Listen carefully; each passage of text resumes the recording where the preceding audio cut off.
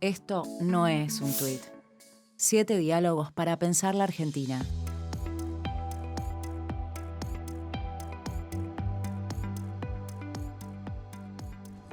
¿Cuáles son las razones de la tensión o la distancia entre los progresismos y el campo?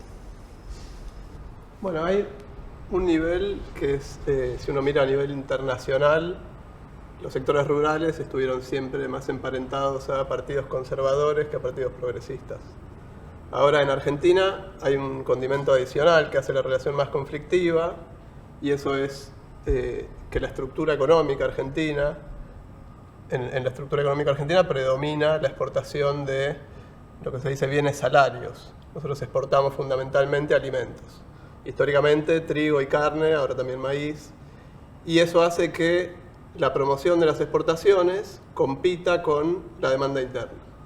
Entonces el objetivo de defender el poder adquisitivo, mantener un precio accesible de los alimentos, compite con el objetivo exportador que está ligado al interés de los sectores agropecuarios. Entonces cada vez que los gobiernos, sobre todo de base popular, intentaron moderar el impacto local de los aumentos de precios internacionales, se genera un conflicto entre el gobierno y el sector agropecuario.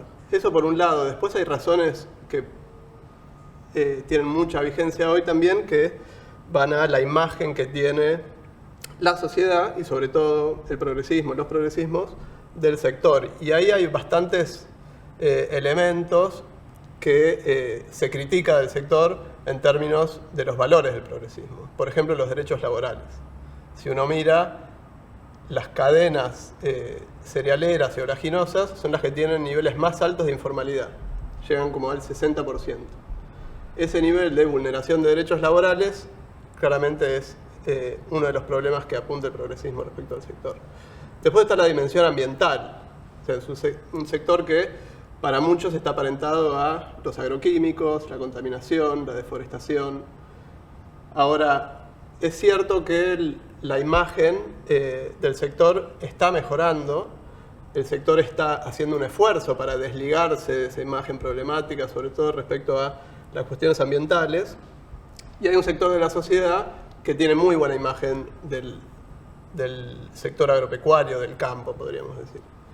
Pero si uno mira, por ejemplo, moviéndose a la izquierda en los partidos políticos, la imagen negativa va creciendo.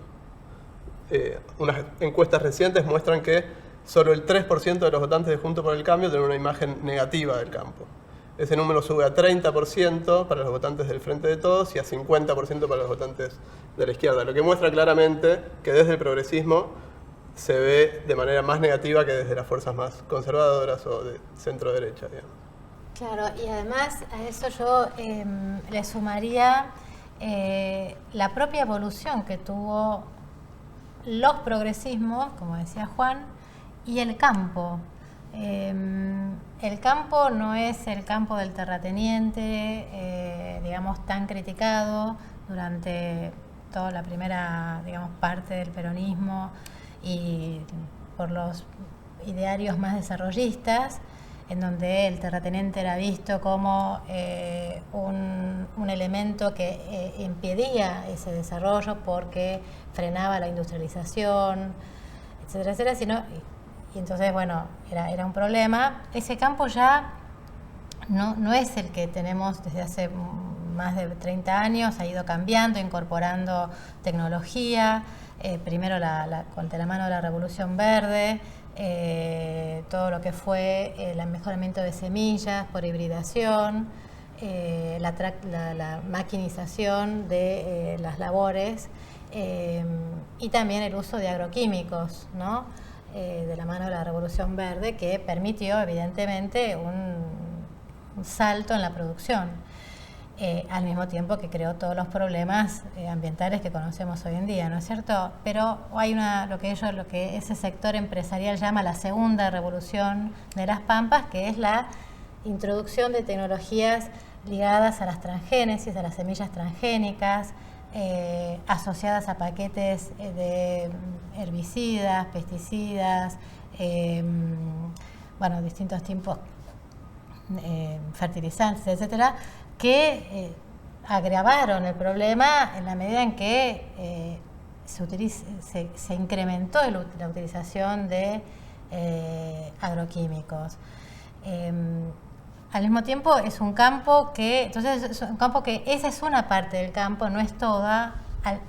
En los progresismos, digamos, de los años 90 para este lado también permitieron el surgimiento de otros perfiles productivos, como la agricultura familiar, que se fue constituyendo como un actor importante dentro del tablero político de lo que sería el campo. Fue muy importante la base social del kirchnerismo y todo lo que fue la transformación institucional de, por ejemplo, el INTA, con la creación de los centros de investigación para la agricultura familiar. Entonces se fue complejizando ese tablero. Los chacareros todavía persisten en algunas zonas como el sujeto rural. Entonces, bueno, aparece esa diversidad del lado del campo, ¿no? Y también del lado de los progresismos, ¿no? El kirchnerismo no es lo mismo que el peronismo, digamos, del 45,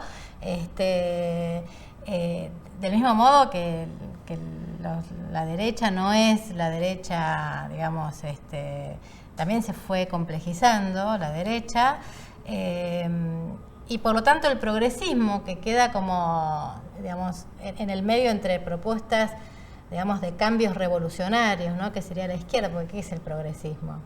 El progresismo es transformaciones progresivas, no revolucionarias, ¿no? Digamos, lo que sería lo que Cristina llamaba el capitalismo en serio, ¿no? No es salir del capitalismo, sino que es dentro del marco del capitalismo, bueno, ir logrando más justicia social, más igualdad, mejor distribución. Bueno, en ese contexto de complejidad de los progresismos y del campo, hay una disputa por la renta, ¿no? Por esa renta que se incrementó gracias a todas esas mejoras tecnológicas, y al mismo tiempo un progresismo que intenta reeditar una sociedad más justa, ¿no? Después de la década neoliberal de los 90, ¿no? Y el quiebre institucional en la Argentina en el 2001, la idea era, bueno, ¿cómo hacemos para salir de ese quiebre, de ese default institucional, económico, político? Y bueno, el campo fue un motor importante porque hubo un Estado, fue el Estado que intervino, que reguló, que puso las retenciones, digamos. No fue el campo solo, fue el campo con políticas públicas que acompañaron hacia una cierta dirección esa riqueza que produce la Argentina, ¿no? Ahora, ¿qué entendemos por el campo? Porque es algo a veces vasto y genérico. Y al mismo tiempo, ¿cuáles fueron los cambios más significativos que operaron en las últimas 2 décadas? Bueno, Valeria recién mencionaba varios de esos cambios y varias también de las diferentes formas y organizaciones y formas de producción que existen en el campo. O sea, es un sector muy heterogéneo, tanto por la coexistencia de las economías regionales, la agricultura familiar y el protagonismo que tiene la agricultura pampeana de exportación. Y mismo dentro de esa agricultura de exportación, de producción de commodities agrícolas en base a el paquete tecnológico que describía Valeria, mismo dentro de ese segmento hay una gran diversidad de productores.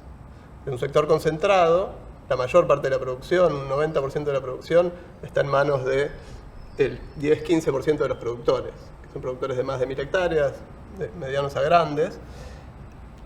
Y después hay también una transformación muy importante de las últimas 2 o 3 décadas, que es cada vez más protagonismo de empresas multinacionales en los 2 extremos de la cadena. Podemos pensar la cadena del sector como los proveedores de insumos, los productores y los comercializadores o exportadores. Esos 2 extremos están concentrados en pocas empresas multinacionales, cada vez más influyentes en la forma en la que se produce, cada vez con más protagonismo a lo largo de la cadena. Y eso plantea toda una serie de desafíos a la hora de plantear transformaciones para el sector. O sea, desafíos en relación a la simetría que hay en el poder de mercado de esas empresas con los productores y también en la relación de esas empresas con el gobierno. Ese es uno de los tantos elementos que se debería tener en cuenta a la hora de pensar las políticas para el sector.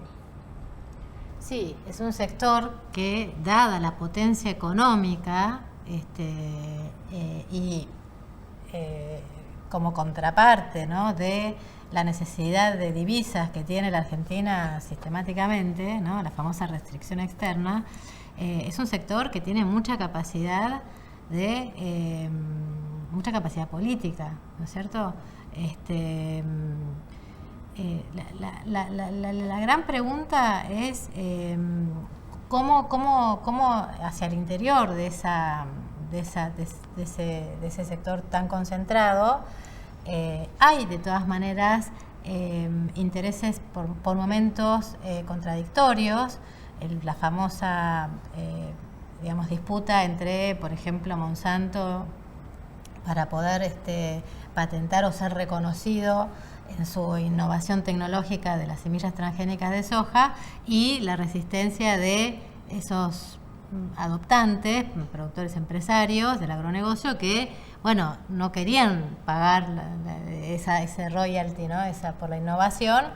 De hecho, acá la bolsa de soja valía 7 veces menos que en Estados Unidos, digamos. Era bastante importante la diferencia, justamente porque no había ese reconocimiento, ¿no?, a la innovación. Y esos son algunas contradicciones que hay hacia el interior de la cadena, ¿no es cierto? La concentración de la producción y del acceso a la tierra, no tanto por la compra de la tierra, sino por el arriendo de la tierra, que logran entonces controlar ese recurso, ¿no?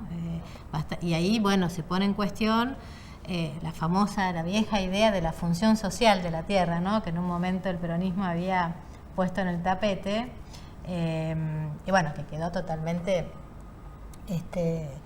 anacrónica el debate en torno de la función social de la tierra, ¿no? Es decir, y eso se liga hoy en día, y es una de las grandes preocupaciones del sector concentrado en el campo, que es la demanda de sustentabilidad, que no solamente viene desde la reacción de los actores territoriales que se ven, afectados por las fumigaciones aéreas, y por la concentración de esos recursos, entonces despojados, ¿no?, de esos recursos para la producción, la tierra, el agua, etcétera, sino además por una demanda moral global, de la gobernanza global, acerca de un mundo sustentable, ¿no? Los acuerdos de los objetivos de desarrollo sustentable, la COP21, son todos espacios que consolidaron ese imperativo moral de sustentabilidad, que hoy en día es un factor que tienen muy en cuenta, y de hecho es uno de los debates centrales de el agronegocio, cómo responder a esa exigencia de sustentabilidad. Hay muchas respuestas que están empezando a ensayar, las buenas prácticas agrícolas, son todas respuestas que tratan de mantener el corazón del negocio, es decir, no poner en duda la producción, digamos, intensiva, tecnológica y de bajos costos, pero al mismo tiempo responder a esa exigencia de los mercados, que son los que reciben, ¿no?, esas commodities, que son que están cada vez más atentos a la cuestión de la sustentabilidad. ¿Y cuáles son los diagnósticos sobre el modelo productivo? Si tomamos como punto de partida, si hablamos del modelo productivo que mencionaba Valeria, el paquete tecnológico de semillas transgénicas resistentes a herbicidas y la siembra directa, que irrumpe a mediados de los 90, si miramos lo que sucede a partir de ese momento, hay muchas cosas definitivamente positivas a destacar, sobre todo el aumento en la productividad. Uno lo que ve es un aumento en los rindes. Ese aumento en los rindes derivó en mayores exportaciones, mayores ingresos para los productores, mayor recaudación fiscal, también capacidad de redistribuir del sector hacia políticas sociales, industriales, y también mayor ingreso de divisas. Eso es algo a destacar. Otro punto a destacar es el dinamismo que se generó en torno al sector, algo que mencionaba Valeria también, de los contratistas, muchos proveedores de bienes y servicios ligados al agro, y por otro lado el desarrollo de sectores como maquinaria, semillas, biotecnología, una serie de actividades intensivas en conocimiento, de más valor agregado, que son deseables promover desde una perspectiva desarrollista porque generan más empleo y favorecen la diversificación de la estructura productiva. Ahora hay muchas cosas a cuestionar también, y mismo desde el sector se está planteando cuáles son las tensiones que se debería resolver. Hoy el modelo productivo enfrenta una crisis importante, una crisis que tiene, podemos decir, 3 niveles distintos. Uno es el ambiental, otro es el productivo y otro es el comercial. En términos ambientales, algunas cosas que mencionaba Valeria y que están, por suerte, cada vez más en la agenda, es un modelo que generó un desplazamiento de la frontera agropecuaria con desplazamiento de comunidad, de población, y también con mayor deforestación, que a su vez genera todo tipo de problemas ambientales como incendios, inundaciones.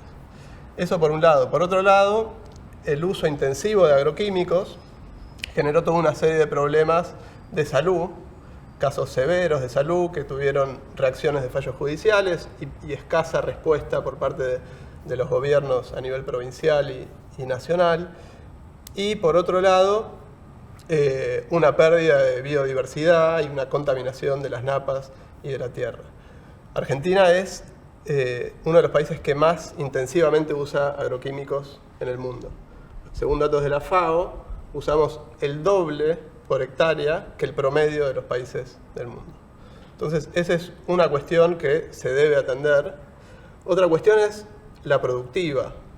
O sea, muchas de las cosas que estaba mencionando no es solamente una cuestión ambiental, sino también que los mismos productores ven señales de agotamiento del modelo. Porque lo que sucedió después de ese uso intensivo de agroquímicos es que empezaron a aparecer cada vez más malezas resistentes. Entonces los productores ven que tienen que pagar cada vez más insumos y les rinden cada vez menos. Eso en parte está generando muy incipientemente que algunos productores experimenten con agricultura orgánica o agroecológica, pero es claramente una señal de agotamiento y algo que plantea la necesidad de rever el modelo productivo. Sobre todo si uno empieza a incorporar el valor económico del deterioro ambiental. Si uno incorpora cuánto se pierde, si uno le da valor al deterioro de los suelos, tal vez la ecuación ya no es tan positiva como mencionaba antes. Y el tercer nivel de la crisis que enfrenta el sector, digo crisis porque es una necesidad de adaptarse y cambiar, digamos, ¿no? Viene del ámbito internacional. O sea, el comercio exterior de agroalimentos está cambiando rápidamente, aparecen nuevas oportunidades, pero también nuevas restricciones. Algunos lo llaman proteccionismo verde o proteccionismo ambiental, y es que los países importadores empiezan a exigir cada vez más diferente desempeño o huella en términos ambientales. Puede ser una huella de carbono, pensando en objetivos de descarbonización, puede ser una huella de deforestación o incluso de uso de químicos. La Unión Europea está siendo cada vez más exigente con qué químicos se pueden usar. Entonces, eso exige que el sector se adapte para no perder mercados. Entonces, en esos niveles es que creo que se debería avanzar a rever el modelo productivo y que la política pública tiene mucho por hacer.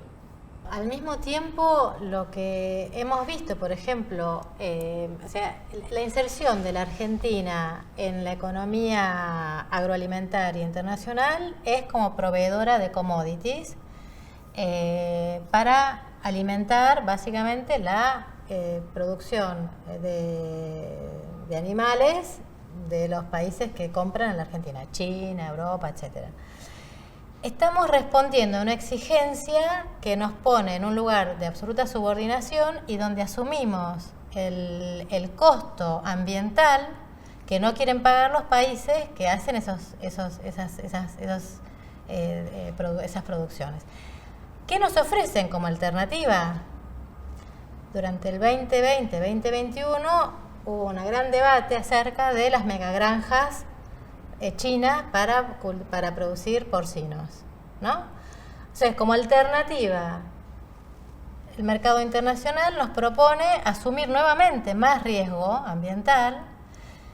Los chinos reorientaron su política comercial exterior porque viendo todos los tremendos problemas de contaminación y de pandemias, etcétera, la fiebre porcina, etcétera, que hubo, decidieron disminuir y exportar esos riesgos, no solamente a Argentina, sino a otros países que deciden asumirlo. Entonces, también ahí hay algo para pensar para la política, una política progresista, es cuánto estamos dispuestos, cuántos riesgos estamos dispuestos a asumir y así nos paguen, cuánto es el costo de esas externalidades que no contamos y quién las paga. Por ejemplo, hubo tal movimiento contra esas granjas en ese momento, ¿no? El 2020, 2021, que un poco eso se calmó. Pero en realidad, siguiendo esas políticas, lo que vimos en nuestro equipo de investigación, en la UNSAM, se llama Programa de Estudios Rurales y Globalización, con Carla Grasa escribimos un artículo, que es la codirectora de ese grupo, mostrando que efectivamente esa política que iba a ser nacional pasó a una instancia provincial y son las provincias las que empiezan a hacer acuerdos con las empresas chinas, ¿no? Entonces eso diluyó un poco la visibilidad. Por ejemplo, ahí hay un tema, es decir, la cuestión ambiental se está planteando cada vez más a nivel mundial, pero no vaya a ser cosa que terminemos asumiendo los países del sur, ¿no?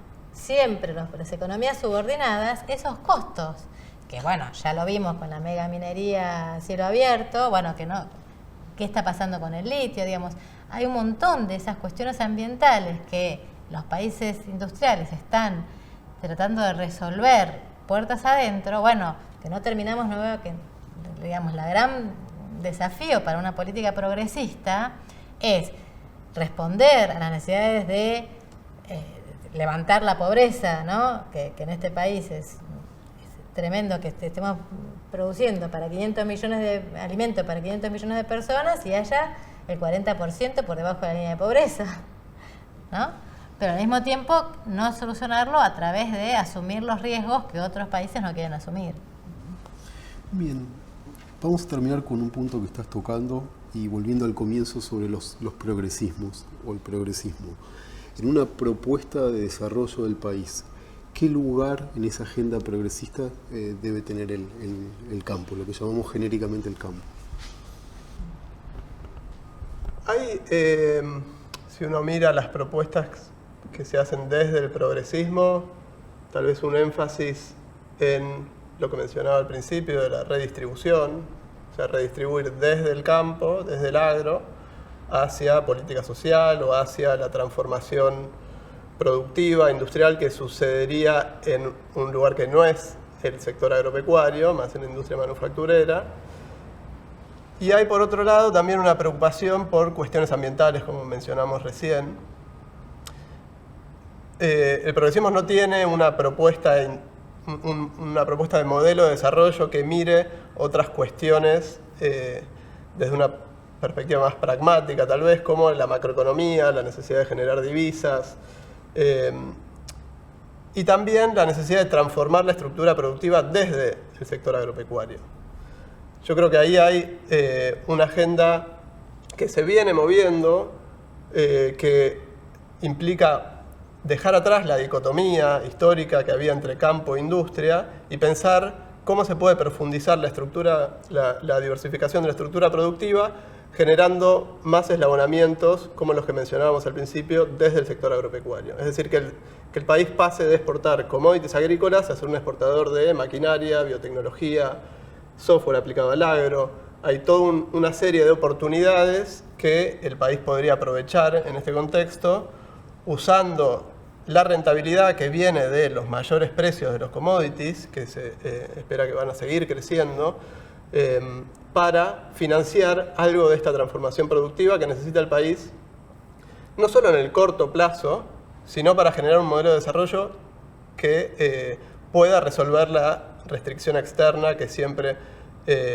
implica el agotamiento de los ciclos de crecimiento, ¿no? El país está hace más de 10 años estancado y una de las razones es la escasez de divisas. Si no nos planteamos cómo resolver esa cuestión, difícilmente podamos salir del estancamiento en el que estamos. Yo recordaba el momento en que nosotros, justo cuando cambió el gobierno de Cristina Fernández de Kirchner a Mauricio Macri, nosotros estábamos haciendo trabajo de campo en el Chaco. Y vimos lo que fue el cambio de un gobierno progresista, ¿no?, que sería el de Cristina Fernández de Kirchner, a uno liberal, que sería el de Mauricio Macri. Y vemos muy claramente lo que significa el Estado presente o el Estado ausente, porque vimos el Estado en retirada, fuimos testigos del Estado retirándose de todas las políticas de apoyo y de acompañamiento a la agricultura familiar, a la transición hacia la agroecología, al manejo sustentable de bosques, es decir, un montón. Bueno, de hecho, ustedes saben que, recordemos que el Ministerio de Agricultura fue disuelto, ¿no? En el 2017 bajó a ser secretaría, ¿no? Fue degradado a secretaría, curiosamente, eso fue muy llamativo, pero dentro de las reformas que hubo dentro de la nueva Secretaría de Agricultura fue desarmar la Secretaría de Agricultura Familiar, que pasó a ser subsecretaría y después directamente creo que fue una dirección. Vuelve el gobierno, un gobierno del Frente para Todos, y ¿qué hay? Nuevamente se vuelve a subir de rango el ministerio y además se crea la Dirección de Agroecología y se trabaja en la promoción, en la creación de una ley de promoción de fomento a la agroecología. Yo participé en algunas discusiones en torno de esa ley, con lo cual hay diferencia, no es que no es lo mismo, ¿no? Pero también, ¿cuál es el horizonte al que puede avanzar un progresismo cuando de enfrente pasa lo que pasó en el 2008, piquetes en las rutas,